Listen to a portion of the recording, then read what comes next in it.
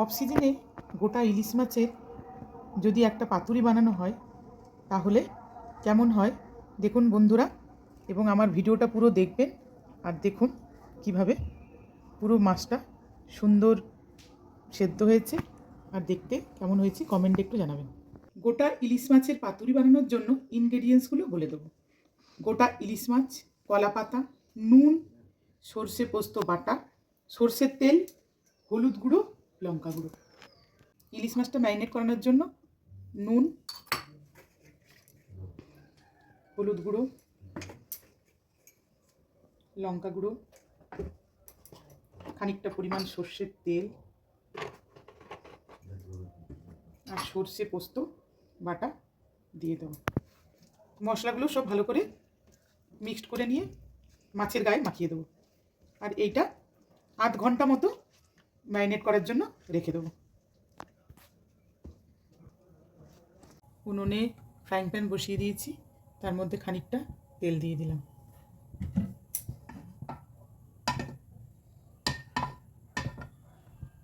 প্যানের উপর কলা পাতা দিয়ে দেবো।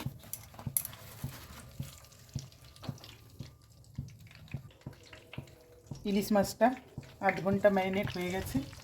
কলা পাতার উপর ইলিশ মাছ আর মশলা মাখানো দিয়ে দেবো।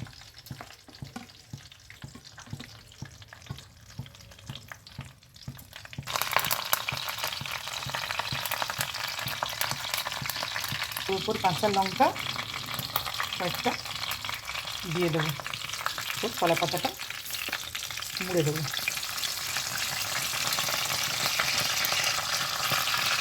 ফ্রাইং প্যানটা চাপা দিয়ে দিলাম।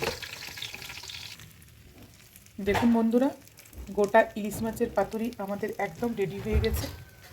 এরপর থালাতে নামিয়ে আপনাদের দেখাবো। এরপর থালাতে নামিয়ে নেব। দেখুন বন্ধুরা, কলা পাতা এরপর খুলে আপনাদের দেখাবো। ওয়াও, দারুণ হয়েছে। আমাদের গোটা ইলিশ মাছের পাতুরি রেডি হয়ে গেছে। কেমন হয়েছে বন্ধুরা একটু কমেন্টে জানাবেন।